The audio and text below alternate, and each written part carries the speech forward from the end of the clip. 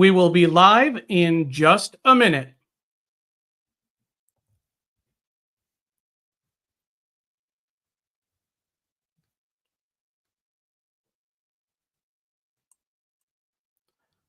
On Facebook, make sure to click on the video itself.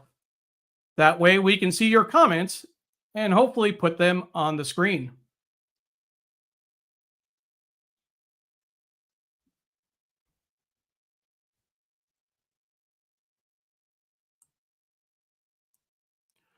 We're live on Facebook, Twitter, LinkedIn, YouTube, Instagram, and the Graphic History Company website.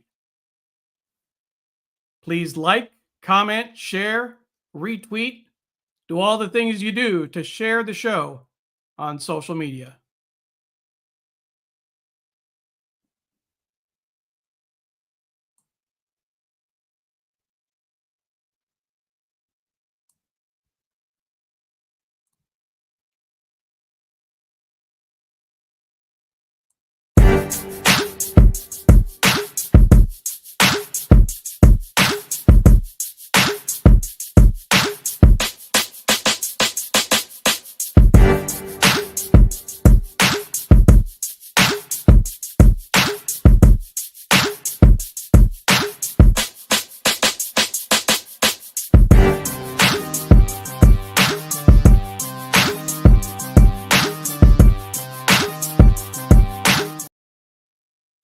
We have a great show planned for today. The Graphic History Company presents GHCoStories. My name is Neil Parekh. I'm the moderator and producer for today's show. I'm the Vice President of Events and Communications at Digimentors, and I'm excited about what we're going to cover. We have a great lineup today, headlined, of course, by Charles J. Moss, Associate Editor of Spin. Tim Fielder, the OG Afrofuturist and visual artist. He's, of course, the illustrator of the graphic history of hip hop, will be joining us, as will Walter Greason, PhD from Macalester College. He's an Afrofuturist historian. He's the author of the graphic history of hip hop. We are live on Facebook, Twitter, LinkedIn, YouTube, Instagram, and the Graphic History Company website. Please like, please comment, share, let us know where you're watching from, and tag a friend. Let them know about this show that is about to start. We're going to be covering some background on Spin magazine. You may not know that it is back in print after several years as an online-only publication. We'll talk about Spin's coverage of hip-hop over the years. We'll also talk about the graphic history of hip hop, the graphic novel that Walter and Tim put together. And we will, of course, cover the year in hip hop, several stories that have come out this year that we have opinions on, that Walter, Tim, and Charlie will talk about. So we are definitely looking forward to this conversation. We want to go ahead and get the show going. I'm going to bring on first, Tim Fielder, our resident illustrator. Tim, always great to see you again. Thank you. And good to see you guys. Charles J. Moss. He's given us permission to call him Charlie for the show. So Charlie, thank you very much. Thank you so much for joining us. We're so thrilled to have you. We're so thrilled to be able to talk about both Spin Magazine, but also hip hop and the history of hip hop. So I want to get right into it. Give us a little bit of background, Charlie, before we jump in and talking about Spin Magazine. Tell us about your role at Spin. What do you do there exactly? Yeah, so I started off at Spin as a freelancer, and I started freelancing for them earlier this year, I think of February, I believe, or January. Writing, various stories for them as a freelancer. And then I was hired on as an associate editor in October. And so my role there is, I help our executive editor, Liza, with, pitches we get in from other freelancers, helping set up stories online, just helping with the workflow. We're getting, we're always publishing stuff online, and I even help out with the print issue some. So I love it. It's a dream job for me. That's great. What were you doing before Spin? If this is a dream job now, what were you doing before Spin? Well, I've done everything from like corporate communications to marketing. I was freelancing before I joined Spin. I was freelancing full time, which was a little bit rough. If you're a freelancer, like it ebbs and flows, and so. But so I've written for publications like the Washington Post, New York Times, Arc Republic. The Week, lots of different publications about lots of different kind of pop culture related things. Done some personal essays also, but pop culture mainly. Comic books, love comic books. Yeah, Tim, and that's how you first connected with Tim, right? yeah.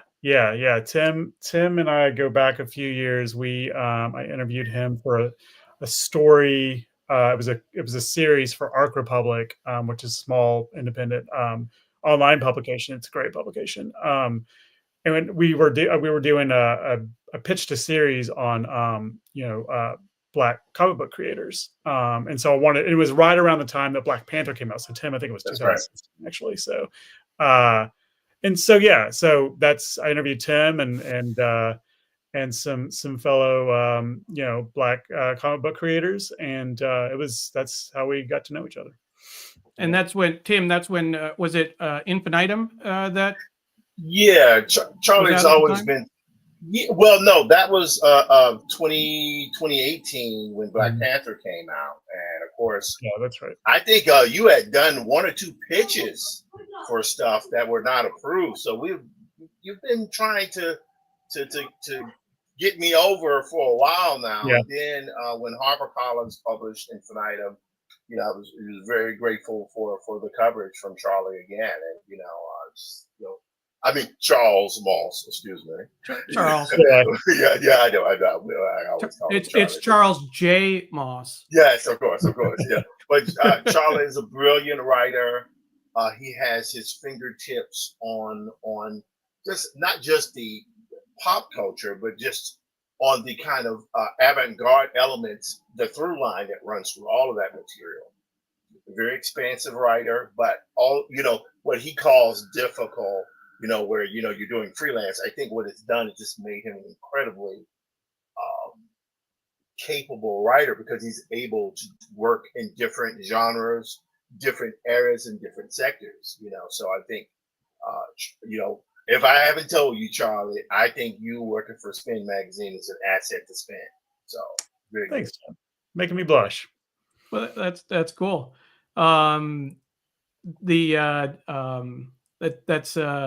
It's always nice when you have that kind of connection with people. So as far as the other work is concerned, and Charles, I know that in terms of your work on at Spin, you've kind of had a broad range of experience in terms of different genres, music, etc. Can you tell us a little bit about Spin in general? The big thing that I'm interested in. And as someone who is very interested in journalism, very interested in print publications, Spin actually, is a longstanding publication. It was out of print. It was a digital-only publication for 12 years, was it? So I think it stopped doing the print issue in 2012, I believe. And then we just started back up doing quarterly print issues this past fall. So and wow. just released yesterday our second print issue this year. So that's cool. Available at Barnes and Nobles and other newsstands. I'm going there tomorrow. Pick it up. And you can find Spin also online at spin.com if you're looking for the digital publication. Tell us about what it means to be back in print after so long. What's the significance of that? So for a long time, and it's still that way too. Like, I think a lot of journalists, the industry, the journalism industry in general is gone through a rough time the past, I mean, gosh, decade, more than a decade. I mean, it's been years. Um, the internet, has not helped with print publications. I mean, like a lot of other things like e-commerce and things like driving away, like mom and pop stores, online news outlets have kind of done the same thing with print journalism. And there's more factors to it than that I'm not qualified to talk about. But and in general, like because everybody could access, and read news online, um, print, there are a lot of print magazines that have gone under because of that. It's been, being one of those. But what's nice is that I think that we're seeing a resurgence in print publications, not just print publications, but like physical media in general, cassettes, CDs, DVDs. I mean, my 14-year-old son now, like we still have most of our DVD collection, and he bought a little compact, like a portable DVD player, and rates our DVD collection and watches DVDs and the extras and things like that. So I think, I think, and I've heard other people talk about that there is this kind of resurgence, especially with younger generations, of like physical media coming back, which I hope is the case. It's nice to be able to hold. It's nice to be able to hold a magazine in your hand and read it. Yeah.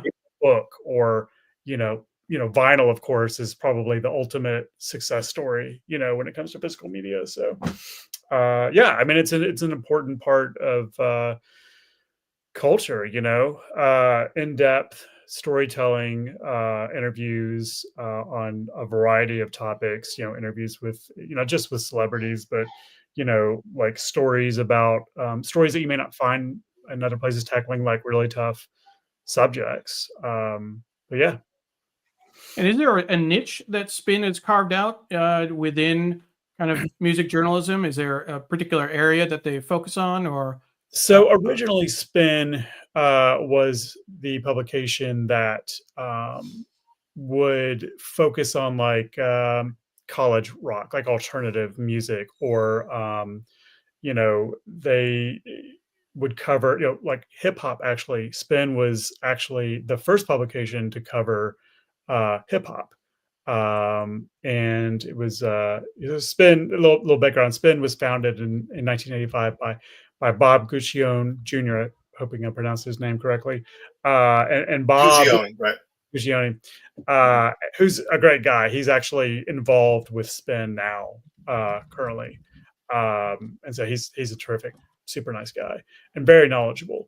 But so Spin covered the genres that other mainstream publications wasn't necessarily covering. So like hip hop and rap, grunge, when, in its very, very early years, indie rock, alternative college rock, however you want to call it, in the mid and late 80s, early 90s. And now, we're covering things both in our print and online editions, where, everything from like electronica and dance music to, Latin music, hip hop, of course, rock, country, so we're trying to cover the gambit of as many genres as we can, but telling these stories in different and interesting ways. So Sure. Well, let's go ahead and bring on Walter Greason and move the conversation. This is a great segue in terms of Spin's history. Let's talk about Spin's coverage of hip hop for a second. So, Walter, thank you for joining us. Of course, Walter Greason is a professor of history at Macalester College and the author of The Graphic History of Hip Hop. Can't think of a better person to talk about kind of Spin's coverage and its role it's played, its early days covering hip hop. Can you talk to that a little bit, Walter? Certainly. Thank you. It's a great time to be here with you and Tim and Charlie. Thank you all for making a little space. I'm in the middle of final exam season, so it's a little extra crazy as all the students bring the work in. But no, Spin in particular, I was glad you mentioned the piece about being early adopters on hip hop, because it really was almost a decade after that first moment of kind of mainstream exposure before people really thought it wasn't just a fad. It wasn't something that was going to fade away. And so um, Spin kind of opens a door where a lot of other publications, a lot of other particularly broadcast news coverage was extraordinarily hostile to hip hop as a culture, as a genre. It was generally seen as something undesirable and something to be attempted to be shut down. And I think a lot about like Al Gore, Tipper Gore in the late 80s, early 90s, and even a lot of older civil rights generation folks. People like Al Sharpton was very skeptical and even hostile to hip hop at times. And so in this window for Spin to kind of take it seriously and to give voice to people who are trying to be creative and to be taken on their own terms, be heard in their own words, that's really important. And I often talk a lot about the early to the mid 80s. You didn't have a lot of support for African American voices, period, let alone youth voices or voices that are coming from working class or poor neighborhoods and real struggles of experience. As much as we celebrate, well, I guess we don't celebrate it as much anymore, the Cosby Show in the early mid 80s. This was a very particular kind of respectable and acceptable Black family experience that hip hop was really challenging and saying, no, there's a lot of working people struggling. And I think about the legendary Erica Alexander getting her start in that venue as a cousin who was not from a stable family or a well-to-do household, because they had to adapt that show to the reality that hip hop was bringing to the fore. And so, yeah, Spin was tremendous, and they continue to do amazing work. This article on When Rap Was Young was just tremendous in talking about how to connect to the voices of people doing this kind of innovative work. But we also had that piece that's on the photography of 50 years of hip hop, and it just gorgeous. I don't think we talk enough about hip hop and photography, but that way that people reimagined, particularly doing photography with darker skinned models. People like this was before you really had folks taking on, certainly before Tyra Banks was very prominent. You could go back and get like Naomi Campbell, but even that was very controversial, very radical. Grace Jones. But in hip hop, you got to see a variety of subjects who you would never see in photography. And so it was so important that this work was getting done with Spin, and it really opened the door for the entire country and eventually the entire world to hear voices of Black people in ways that were not possible in the 60s and 70s, even during civil rights and Black power. And these are some of the photographs you were talking about. This is a piece by Christian Whitkin, who was a photographer, worked for Spin, did a lot of work for Spin and other publications as well. But there's some classic photographs in here that really, just dominated the scene.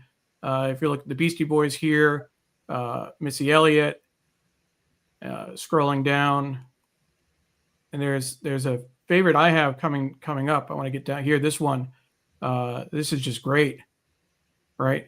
50 Cent. These are covers that people remember. And that's the thing. That's what we get at with the work that Tim and I do, is combining the words with the images is where you get the kind of emotional weight that actually sticks with people and forms something that deeply embeds itself in the reader or in the audience. And so Spin has been just a pioneer in crafting that experience for people every time they put out new publication. And so I'll never be thankful to be able to express my gratitude sufficiently to say that they found our work worthy of being discussed and presented. I want to bring in a couple of comments from people who are watching. Annie Evans is watching on LinkedIn and YouTube. Thank you, Annie. She's with the New American History at the University of Richmond in Virginia. So thank you, Annie. Amy Parekh Mehta is watching from Bellevue, Washington. I have to give a shout out to family because she's my sister. Thank you, Amy. My mom is also watching from Tampa, so it's a family affair, Walter. But Mike Snowden is watching. If you're discussing the graphic history of hip hop, the passing of Ed Piskor was a big deal this year. Absolutely. Yes, thank you, Mike. And then Annie shares that Spin was the soundtrack to my undergrad years, and I used to bribe my students who were non-readers with my own collection of back issues to get them to read, fool them into thinking we were breaking the rules. So they thought that they were rebels, tricked them into reading even more. And speaking of kind of Spin and its history, I want to make sure we bring in just a quick review. There's some great videos, great covers of Spin magazine. We'll show it in just a second, right after we show a few more comments. We have a "This is awesome," Dwayne Davion Bussy. Yep. Hey man, what's up? Tim, friend of yours, I guess. Yes. Fellow fandom actor. I think actor. I could be wrong, but writer, creator. Saw him at New York Comic Con. He was right next to her. Nice. When we were there this summer. Linda Lynch Fitzpatrick is watching from Ohio, and Stephen Kaplan is saying hi. All wonderful to be here. As a Roxy family member from back in the days, wouldn't miss this.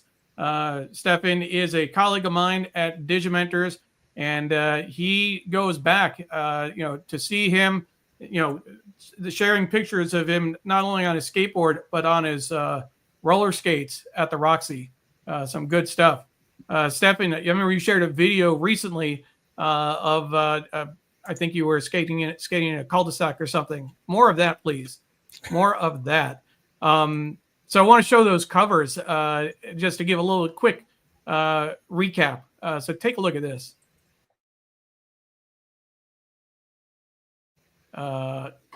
That's not the Spin cover. What's going on there?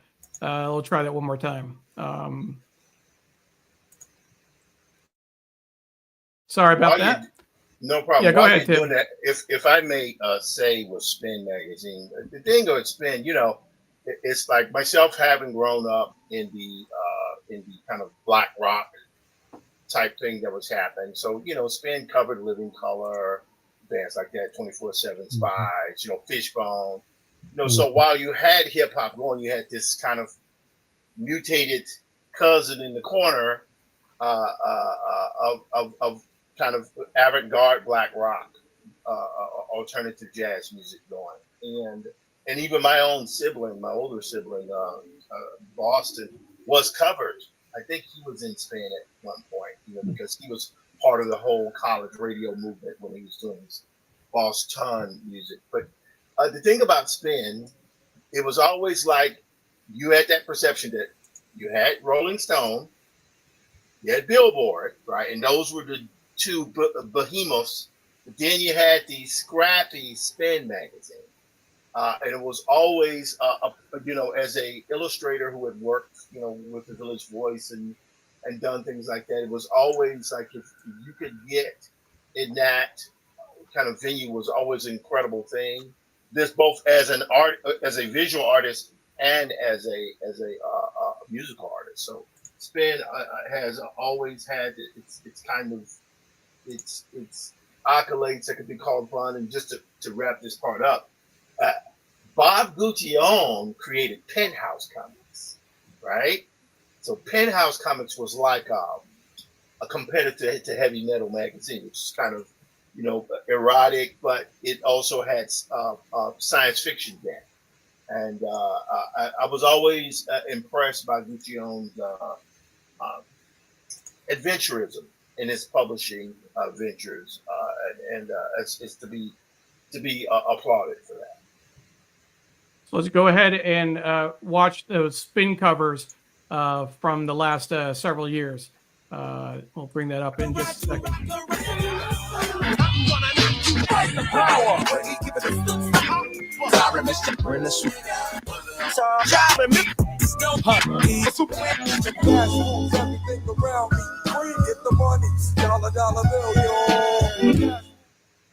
There are a lot of videos that flew by, a lot of covers that flew by real quickly.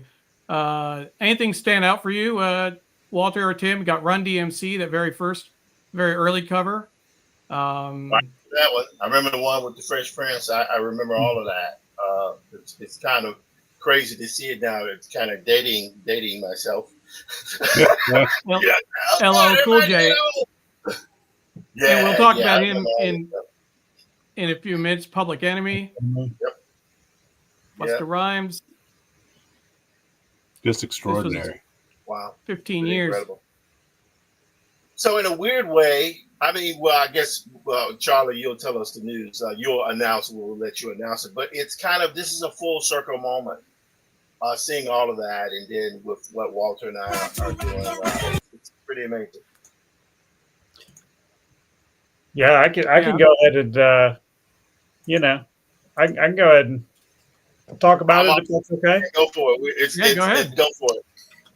Yeah, so we like I said earlier, we released our second print issue of the year, our winter edition, and just yesterday actually. And so I had the privilege of interviewing Tim and Walter for their Yeah.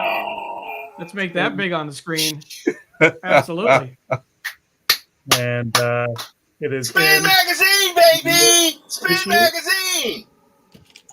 Said, look it up, Barnes and Noble and other newsstands. Gotta go get it. Yep, it's a great book. Great book.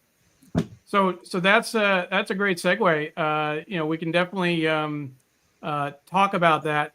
The book, of course, came out last April, and we mentioned earlier Walter is the historian, provided the narrative for that. Tim did the illustrations. But Charlie, there are specific pages I know that you were interested in. You particularly like the history that was in the graphic history of hip hop, right? Yeah. So I think the thing that really caught my attention was at the very beginning, toward the very beginning, because it gives all of this context leading up to the creation of hip hop. So like, I mean, you're talking about in the 60s with the passing of the Civil Rights Act and MLK. It talks about like social issues like unemployment, and political, Watergate. So it gives all of in something that I wasn't aware of was there's a section that talks it mentions Bumpy Johnson in Harlem, and he was a black Right here. mobster. Yeah. And I thought that was really interesting. And so I think that, Walter in his writing and Tim and his illustrations, like they do an excellent job of kind of painting this picture of how like all of these events that kind of bubble to the surface to kind of create hip hop. And so that it just provides context. It provides a lot of context that people, who maybe aren't, necessarily as familiar with the genre. It provides a lot of context so that they can better understand, like, that it's not, it's not this this type of music that because a lot of people poo-poo it, and especially in the early days, there is a lot of meaning behind it. And so, yeah, I just thought so that was my favorite part, was just learning about everything that was happening at the time that provides all of this context. I thought it was beautifully done. Absolutely. I want to bring in a couple more comments. And I don't know if Appio, Walter, give a shout out there. Worked with us at the UN. She was the person who made it possible for us to be a part of the UN Action Days. So that was the Summit of the Future. Yes. Summit of the Future, right? Yes. From Swiss Switzerland right now. And she just won a major award too. So congratulations. Great to see you. She is the parliamentarian of the UN in Switzerland. That's how. Thank you, Yvonne, for chiming in. Good to hear you. That's great.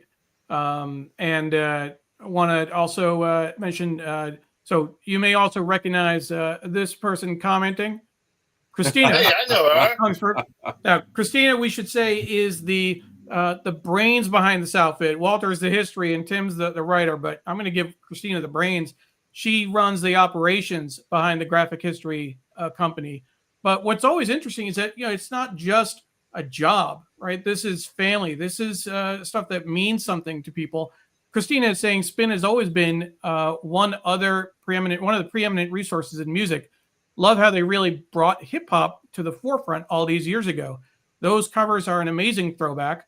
Great to have it back in print. And wow, the graphic history of hip hop is in Spin. Absolutely. Charlie, can you hold that issue up again? That article that you had? So there's the cover. Yes. Yep. And then the article is in there? Yep. That's great. And what's interesting is that you often see those first two images, with DJ Herc, the one on the left, but we don't often see the other images that you chose, the ones on the right, which I think is really cool as well. What year is that at the top? It's 1982. 82. Yep. Yeah, Jamar Nicholas, who is the author illustrator of Leon the Extraordinary, did a wonderful, fantastic job for all of the titles. So you see the West over there with the MC Hammer. I did the lettering, the basic lettering, but each title, the tag, is meticulously done. He did all of the years, right? Mm-hmm. And the ironic thing is the reason why we got the years is because when we put the floppy out, that everyone could download that freely. And Christina was the one who was like, "Oh, we got to do something." And as a result, we took Walter's timeline thing. He was only asked to do like 4 or 5, just by decade, but he decided to come back with 45 years worth of history. So it was quite a feat for him to have done that, and it was very much a team effort. I am the illustrator, but I did not do it all by myself. There were a lot of people who contributed to this book, and even visually to this book. And I should mention this is the hardcover version, so you have both a soft cover and a hardcover. And we should mention that we're offering up to 20% off both books, 20% off in terms of on the soft cover and hardcover at thegraphichistorycompany.com. If you want to get one, you might still be able to get it for the holidays. Not sure. It might be a little late, but it'd be a great New Year's gift. Great New Year's gift right there. Kwanzaa, bro. Kwanzaa. Kwanzaa, there you go. Kwanzaa. And Stefan has a question, and Walter, you might be able to answer this. Has the Rock Steady crew been incorporated into the graphic history of hip hop? Or maybe it would be included in volume 2? That was exactly it. So Rocksteady basically gets folded in when we start to go back. There's a more expansive context than just what we see here today that actually goes back literally thousands of years, and Rocksteady shows up in the comprehensive overview. This piece we just put together really quickly just as a celebration of the 50th anniversary for New York City. So it's comprehensive. It covers a great deal of material, but it is not totally complete. It doesn't have every artist that everybody wants to see in it. When we get volumes 2 and 3 out, that's when you're going to see, it'll look like that final scene in Avengers where everybody just pops up and jumps in. Exactly. And Stefan adds props and mad respect to DJ Herc, who is featured in the book. Red Alert, Grandmaster Kaz, Jazzy J, and many more of the legends. I think Stefan might be angling for a consultant role on volume 2 to make sure some of his favorites get in there. Man, that's the request we get from everybody who reads it. Everybody has a favorite. They're like, yo, you got to do a whole issue about what's going on with Heavy D. Just do it all Heavy D, beginning to end. And so, like, everybody has their favorites that they want, and we'll do them for them. You want to come through and talk to us? We'll do it. Sure. So I want to go back to what Charlie was talking about in terms of the history, the foundation for the book and the graphic history of hip hop, kind of emphasizing, starting with going back to 1964. I mean, if you take a look at the front page, the first 2 pages, the way it's laid out, and then 64 and 65, as he mentioned, the Civil Rights Act, et cetera, 68 with MLK and RFK being assassinated. Why'd you go back that far, Walter? Why didn't you start with DJ Herc in 73? No, I mean, that's the nature of historicizing anything. So there's a standard as historians, that whatever point in time you choose to start from, you have to consider the moments before that in order to give the context and explain causality, the complexity of causality, how cause and effect works in time requires you don't just start at a particular moment and act like something just erupted with nothing that actually contributed to it. And so that was one of the things of adding to the complexity of the story of hip hop, is that most of the time people tell it very much like a middle school timeline. It starts in 1973. There's a party in the Bronx, and then gradually people start having street parties and rapping and beatboxing on corners. Graffiti art picks up. And we were like, no, if this is going to be a history, especially for school students, the social studies teachers would call us out right away if we just replicated what had already been written in all these other kinds of venues. And so for me, I've been teaching hip hop history since 94. And really the first classes that I taught were civil rights histories classes. And for me, there's just a immediate, obvious connection between the success of the civil rights movement and then the emergence of these various forms of Black music through the late 1960s and early 1970s. And hip hop is one of these flowers that grew from that moment and then just really exploded, just took over world music culture over 2 generations. And so for me, I had to go back and talk about civil rights because there was no ability to craft the kinds of storytelling and the kind of art that hip hop produced without that foundation a decade earlier. And you don't shy away from some difficult topics. I mean, we see here on the screen bankruptcy and unemployment. Ronald Reagan in the 80s, addiction, poverty, violence. This is all kind of the foundation for history and music and culture. It's all wrapped up together, right? Yeah, and I had that question for Charles as you look back at pieces from Spin and the way Spin evolved. How do you all see that in terms of the history? For me, this particular 2-page set comes because people mythologize the 1980s and 1990s. In the last couple of years, I've heard a lot of people say, well, we didn't think about racism in the 80s and 90s. And I'm like, my God, like, how have you sanitized your own brain and just left out all these other different kinds of stories? And so I'm wondering if there's something similar that we're missing as we reflect on Spin, that all the work that went into it and the kinds of ways that it dealt with cultural changes that maybe get romanticized or get lost kind of to nostalgia. Yeah, I mean, I'll try my best to answer that. I think from Bob's perspective, like when he started the magazine, I mean, again, like Spin was the first to cover hip hop, and I think that was kind of the foundation of like, okay, we've hit onto something here, and now we want to see what we can do to kind of bring, hip hop and other music genres and like social things that were going on socially and politically. We want to that maybe aren't talked enough, that weren't being talked about enough. Bring those up to the forefront and address those issues in the magazines. I mean, like, I think in the piece we were mentioning earlier that Bob wrote about the history of Spin and hip hop. That was the whole goal, was to shine a light on topics that maybe white conservative Americans weren't aware of, or maybe chose to ignore because it didn't directly influence their lives. I think Spin did a really good job and continues to do a really good job of just bringing these hard to talk about topics to the forefront. You talked about that piece by Bob.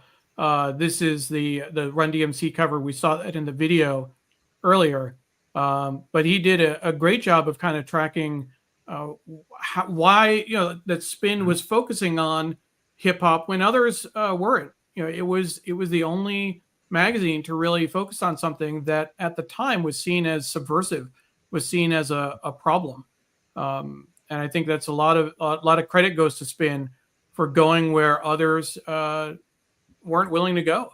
They were willing to cover a genre that obviously now is in the mainstream. I mean, just think about that, Walter. If 20 years ago, even I think of it in terms of commercials when you watch TV, and then when you see the soundtrack for a commercial, when the music evolves, and now it's. I mean, I feel like it's almost all hip hop. When you watch, yeah, like if you watch during popular windows like the NFL during the Sunday, you're going to hear a ton of hip hop music. I think I was astonished. I forget which company it is, but there's a Christmas ad with Talib Kweli that wrote original rhyme. I forget if it's like Walmart or somebody else, but like it's just I have marveled at the fact that there's been this movement to bring hip hop into how do you deliver a commercial audience. So I want to bring in a comment from Keith Lamatina. I love that Spin is back in print. As someone who still owns and listens to every CD I've ever bought, there's something special to me about owning a physical copy of something you cherish and enjoy. It makes it more real, in my opinion. So a lot of support for going back in print. Charlie, hopefully will stay in print. Annie Evans says, we worked with Tim and Walter to develop secondary, post-secondary learning resources to bring GH3, she's referring to the graphic history of hip hop, to more classrooms. And she shares a link in LinkedIn for folks. If you're interested, you can find those resources there. We're talking about the birth. Go ahead. Yeah, there are lesson plans from New York City that are available online. And just today, a student in education at San Francisco State emailed me a huge collection of resources that they put together for a lesson plan, all dedicated to teaching graphic history of hip hop. So wow. It's just catching on and getting adopted everywhere. That's cool. And Tim, I want to bring you on the stage and kind of set you up. We were looking at some of these pages earlier. I want to bring this back up. Talk to us about designing these pages. What did it take to put this together and to kind of bring this to life, if you will? Right. Well, beyond my health, I think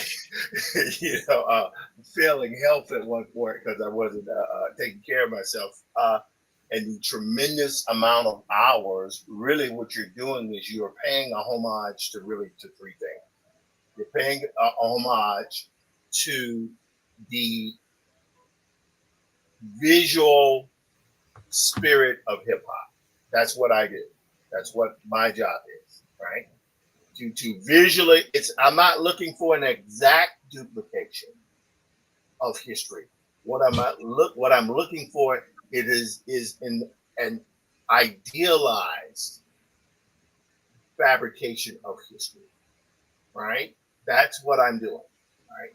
So that's from a visual standpoint. But then when you're talking about the way the text and all these things, what graphic novels are is about the dance between words and pictures. So it's not just that the copy or the text is laid into the image. The images have to be cohesive. The words have to help visual composition to control the eye. So there's that aspect of it. And then it is very much a pictorial kind of capturing of the operators in hip hop. So, for example, in this book, I guess I did well over 200 portraits of different folks in the hip hop industry, some known, some unknown. And of course, as Walter decided he wanted to do something that's just crazy thing that went beyond just hip hop. He wanted to go into political history. So you have to draw Martin Luther King. You have to draw Robert F. Kennedy. You have to draw Nelson Mandela. It was a very, very difficult book to do. I thought when I was going to do it, frankly, it was going to be something that was, this is a freelance gig, and now it's turned into, this major part of my bibliography and a major part of my artistic life. So what it's done is made me a better artist. And to be able to do that, and to also, again, thanks to Charlie and to Mr. Guccione for being included in Spin magazine. It only took 40 years, but I finally made it to Spin, baby. So it's a huge, huge honor to have this. But again, it's about balancing out the design with the storytelling. And then there's a final. I know I went over 3, but there's actually a 4th point. I've said it before publicly. I'm an alternative jazz black rock guy. My job was to, as best I could, utilizing many of the, like if you can see here on the screen there in the lower left of the screen where you have the guy with the gun. That's an article written. The author Mike Gonzalez, who's known from the days of Spin and Source magazine, which are just every bit as prominent as Spin in their coverage of hip hop. Just wanted to put that out there. In my career I've done illustrations in the hip hop world. I'm not Andre Leroy Davis or anything like that, but I've done work. So this was a full circle moment. A lot of the illustrations, several of them I had done for Village Voice are in this, but updated. This particular image with Dr. Dre is actually a page from the unpublished 63 fully painted in gouache graphic novel, Dr. Dre, Man with a Cold, Cold Heart from Marvel Comics that they never published. And I just made some adjustments to it. And of course, this is covering we did a podcast last night. Go back to that. Scroll back up to that. Back here. Yep. Yeah, we had a podcast last night where we were covering Deep Cover. And you can't see it, but you can see Lawrence Fishburne's face superimposed into the skyline there because a Deep Cover, that movie with Jeff Goldblum and Lawrence Fishburne, was this huge turning point directed by Bill Duke. And so that's what this book allowed me to do, was to be able to not just recapture a general history of hip hop. We didn't get everything, so we're not saying it's everything. That's why we have volume 2 and 3. But it allowed me to be able to bring a visual to Walter Greyson's love of the form of hip hop. That's really what my primary objective was. To be able to take his words, but to embed the clear reverence and love that he has for the form into the work. That's cool. So again, we've been scrolling through some of the pages. This is a sense of what you'll get from the graphic history of hip hop. This is the hardcover. I certainly encourage folks to get it. I want to just bring in one more comment before we move on to the year in hip hop. Tim? Before you do that, I want to say, if I know folks see me looking away from the screen, it's because I'm trying to finish drawing Charlie here. So y'all keep talking. I got to get back to work. I got to finish this thing in the next few minutes, man. Get back to work. We'll let you finish up, and we'll put you on the side there. But I did want to mention, and we can go back. I think I'll scroll through quickly because I think this is a good context for the comment. The panel on the right is the DJ Kool Herc party in 1973 in the Bronx. So the Parekh worked at Bronx Lebanon Hospital on the Grand Concourse back in 73. And she saw hip hop music all around, and people actually used to assemble in small groups and perform outside. So there is something, and I know that we're past the 50th anniversary. We're in the 51st year of hip hop, because I was born the same year as hip hop in 1973. So with that, I want to move on to our closing section. We want to take a look at the year in hip hop, there has been just an incredible number of stories and developments this year. And I think that one of the biggest ones that really dominates the scene, and there's still a lot of coverage about it. Drake and Kendrick Lamar. Walter, tell us a little bit about that, and who's your guy?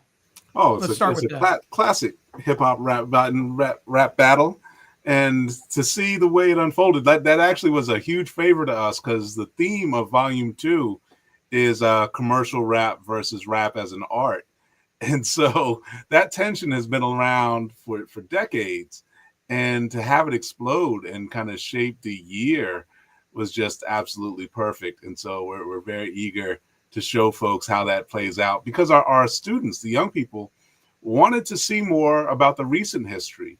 They wanted to see what happened. Like in Volume 1, we stop at 2006 with Hip Hop is Dead by Nas. And so everything in the last 18 years, students keep coming up. Well, what about this? What about that? What about this?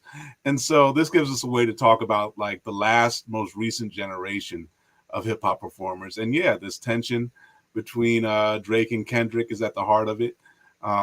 Kendrick destroyed him repeatedly, and it just kind of shattered him in a way in public. Like he could still move units, but his fans definitely can no longer make the argument that he is the pinnacle expression of what hip hop life is. And so, there are a lot of people, like it was funny. It was kind of building to this. You had Mos Def come out, Yasin Bey come out and do some criticism of Drake and saying it's not really hip hop, it's more like elevator music. And so there was a lot of real concern about the direction that Drake was taking, like hip hop expression, and people mistaking his work for what all of hip hop is. But at the same time, you can raise these critiques about Sean Combs, P. Diddy, or whatever, and Puff, whatever he wants to call himself now. The allegations against Jay-Z. These are always these tensions about rising from the street, but then crossing over and becoming able to sell to a popular audience. And what are you using to do that? How do you use your power and authority once you're successful? Those tensions run way back. I mean, I think back with issue with MC Hammer and Third Base, there were these kinds of tensions that came out in the late 80s. And so the authenticity of the art and the performance and your acceptance in the community of performers is a big deal. And so when Kendrick is saying you're not a colleague, you're a colonizer, like he's drawing a real sharp line that actually goes back for at least 30 years, probably more. So this moment sets up the next year. Luana, Richmond is, I think, with you on that. Short little comments here. Facts, not the GOAT. And colonizer, she actually wrote that in before you mentioned it, but the timing was great. You brought up another big issue that came up this year, and this is certainly a little bit more serious and something that we want to take a little bit of time with. You mentioned Diddy, you mentioned Jay-Z. The allegations, Diddy, of course, was indicted, and the parties, etc., became a huge thing. I mean, such a big deal. My 11-year-old daughter and her friends talk about Diddy parties, which I'm thinking about where are they hearing this from, and they know some of the details. But just was it last week or 2 weeks ago, Jay-Z was named in a lawsuit for allegedly raping someone after a party. What's your take on this in terms of these hip hop moguls? I mean, these were the biggest names in hip hop. What's your take on this kind of behavior and this kind of kind of the allegations that are being thrown their way? Yeah, I was very lucky to get on Good Morning America a few days ago and get to talk about this right after those allegations had surfaced, and immediately after Jay-Z had put out a statement on social media, kind of defending himself and claiming the banner that he was actually a family man and wanted to defend children. And I think there's a lot to say about music as an industry, and particularly entertainment broadly, where these issues of violence and exploitation have been true for generations. And so I don't single out Jay-Z or Sean Combs particularly, because there's just too many examples. The Harvey Weinsteins, and you see these folks who, Bill Cosby I mentioned earlier, like these horrible, horrible trajectories of real sexual violence that have to be kind of taken in the context of what we do in entertainment to women and children. And so what I ended up coming to is really, you can't convict or condemn someone until they've had their day in court. You have to see all the evidence and take it case by case.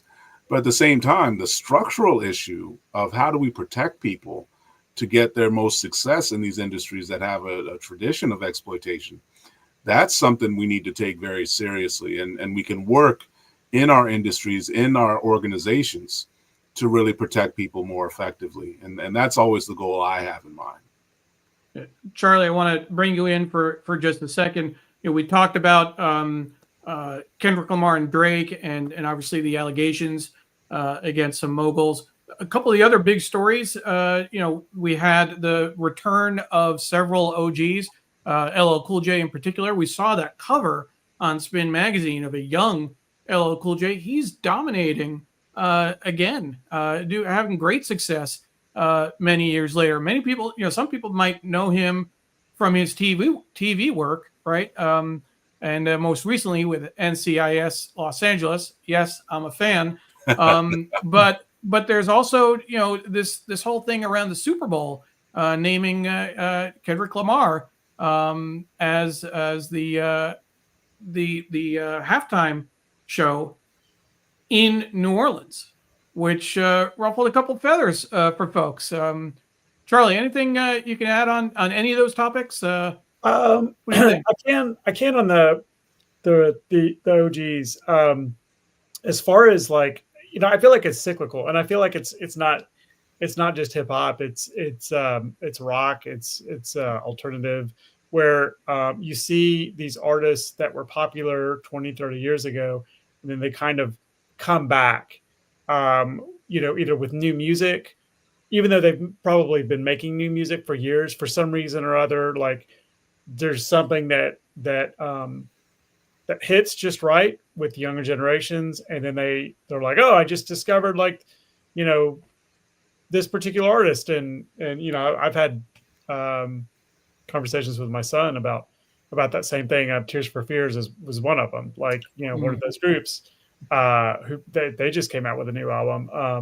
But it's it's the same thing. It's the same thing with hip hop. Like I think young MC is experiencing a comeback. Run DMC they've got the documentary, and so like now they're kind of back into the cycle of like, I think it's interesting that younger generations are exposed, and then they embrace artists that are were popular when we were young, or even before that. I did the same thing when I was in high school, where I think I listened to more 60s like Beatles and Stones than I did like the music that was going on at the time. Although I did love like REM and a lot of like college radio rock and stuff like that. But it's interesting to see. If anything, it's interesting to see kind of the timeline that like these artists, current artists. I think a lot of current artists do a good job of like saying, hey, like we were inspired by this group when we were younger. Like there's this connection, I think, that helps. A lot of the bands that I like, pay homage to artists that inspired them, and I think that helps too. But yeah, I think it's it's like it's like we were talking about earlier. It's like this happens with a lot of things. It happens with magazines, print issues of Sure. magazines, or vinyl, or physical media in general. Same thing with hip hop. Same thing with rock, or uh, you know music in general. Like, it's just cyclical, and it always kind of comes back. Um, and I think I think it's really cool. You mentioned Run DMC. This is the most recent article in Spin about the documentary that has come out, and it's been nominated for a Grammy, Kings from Queens, which is great. Talk about old school. Doesn't get much more old school than that. Want to check in with Tim Fielder, who is backstage finishing up the portrait of Charlie. Tim, give us a thumbs up when you're ready to show your stuff. Just a little bit. He's still waving. Thumbs up. I think he's ready. Let's see what he's got. No, he's not ready. Not ready. All right. He's saying this. I'm guessing this 5 seconds. 5 minutes. Oh, okay. Keep going. 5 minutes. All right. For folks who don't know, I can actually see Tim backstage. Other people can't, but I know he's there. I know he's working away on that. Any final thoughts in terms of hip hop, Spin magazine? Walter, we'll go to you first. Well, it's an honor to sit here with Charlie and have the conversation, and it's just a legendary moment for me to be here. It's just something unbelievable, growing out of an educational opportunity to bring Tim and blend history in with music and art. And it's just a huge future, not just to the graphic history of hip hop, but graphic history generally. Historians around the world are determined and are racing to produce more and more of this work, and to be partnered and to kind of have a friend in Spin who appreciates it. I hope we can do more things that will bring. I've seen Tim do a sketch of Bruce Springsteen, who is deeply connected to where I was born. His hometown is my hometown too. And so if we were going to do something in tribute to the boss, I would love to do something with Spin about his life and his career. But, these things, they're organic, and they have their moments, and they can grow and do all kinds of amazing things that we don't expect. So just grateful for the chance to be here together and talk about this work. Absolutely. Thank you. Charlie, any final thoughts about Spin, about hip hop, about the graphic history of hip hop? Yeah, something I wanted to bring up for those people who don't know, like, I would love for Walter to just briefly explain kind of that, because what really intrigued me too about the graphic history of hip hop was why it came to be. Like, I think that's really interesting, and I would love if you just briefly talked about like why you guys created it. Yeah, so for a number of years, back to like 2020, 2021, New York City had to adapt to deliver content online and at home for students during the pandemic. And so they were creating entirely new curriculum, and basically through a colleague of mine in San Francisco, Trevor Getz, who is the godfather of doing graphic history. Like, he invented this as a scholarly field. Brought me on board because out of a conversation to talk with the folks in New York City social studies, Civics for All, to say, what else can we produce? And so did a bunch of work that's now, I think, sitting behind me, if I lean the right way, that book, The Hidden Voices, Volume 1 and 2. So we had worked on that for 2 or 3 years, and in the process of doing it, asked if it would be possible to do a graphic history of hip hop for the 50th anniversary.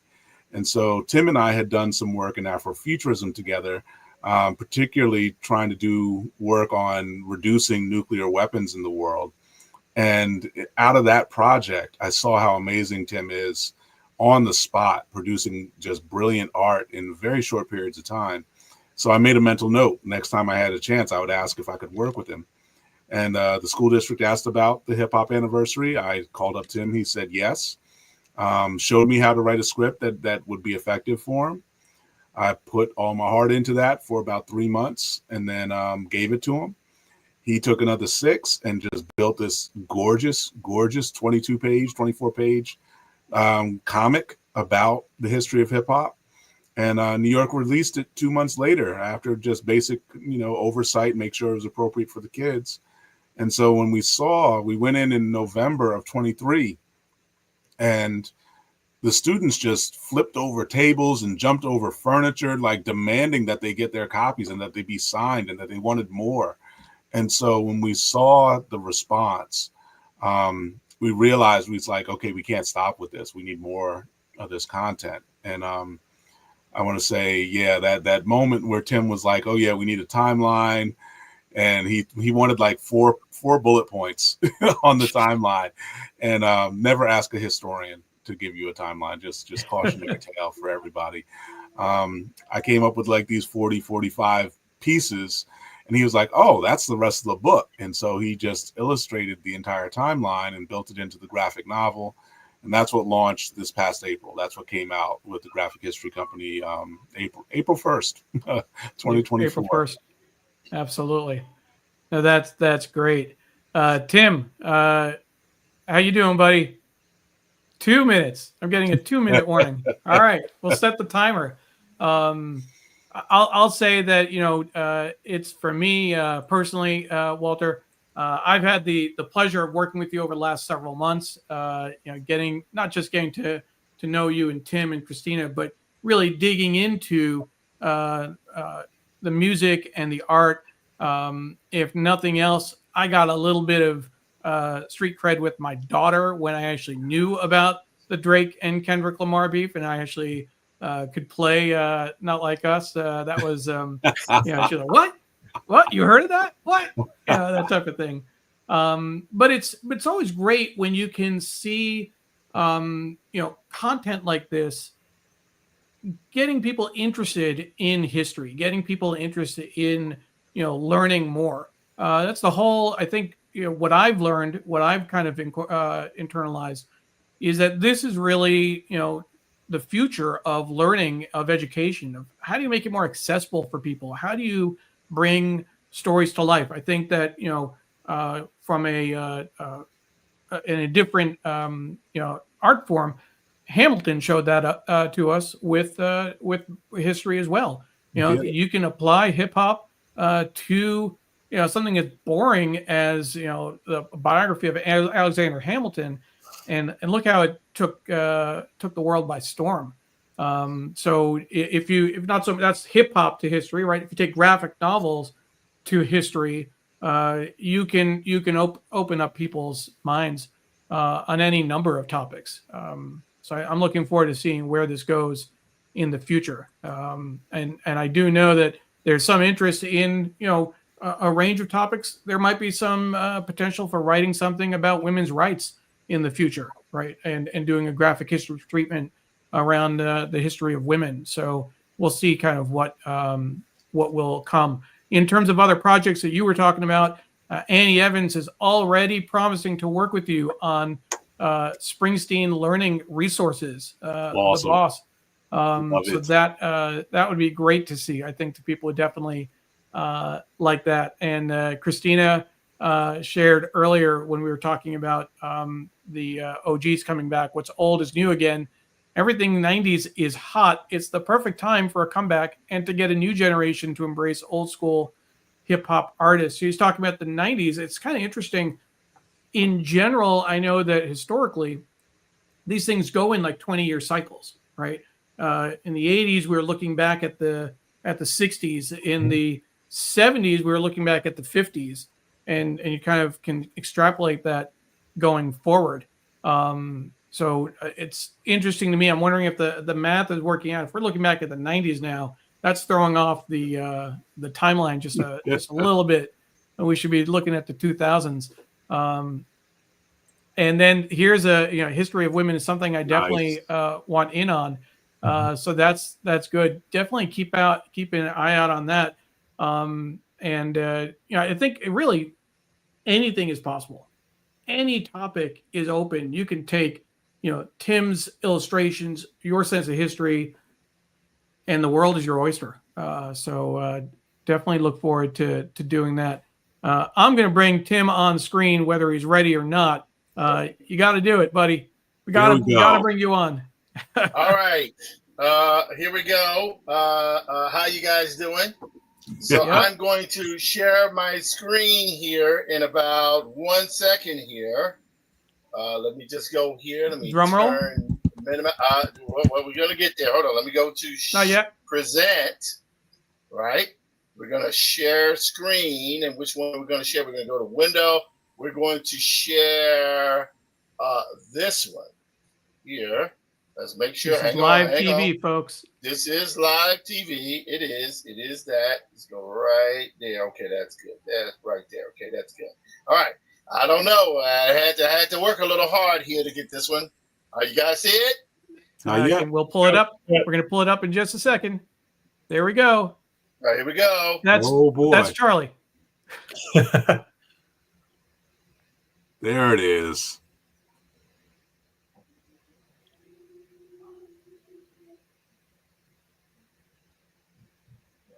Oh, look at the detail. Yeah. So as this goes in, I have to say, again, my friend, Charlie Moss, I'm so proud of you. I'm so happy for you with this new gig. I think you are in a position where you are moving world culture, and I'm thankful for you covering us with Spin. And hey, I've never been in Spin till now, and thank you for this. And as always, my honor and my pleasure to draw you, my friend. Yeah, thank you. That's amazing. And can I say that it's a little surreal to kind of watch yourself being created? Yeah, because you're the one always in control, Charlie. Now you're not in control. Not. I love it. I love it. Thank you, Tim.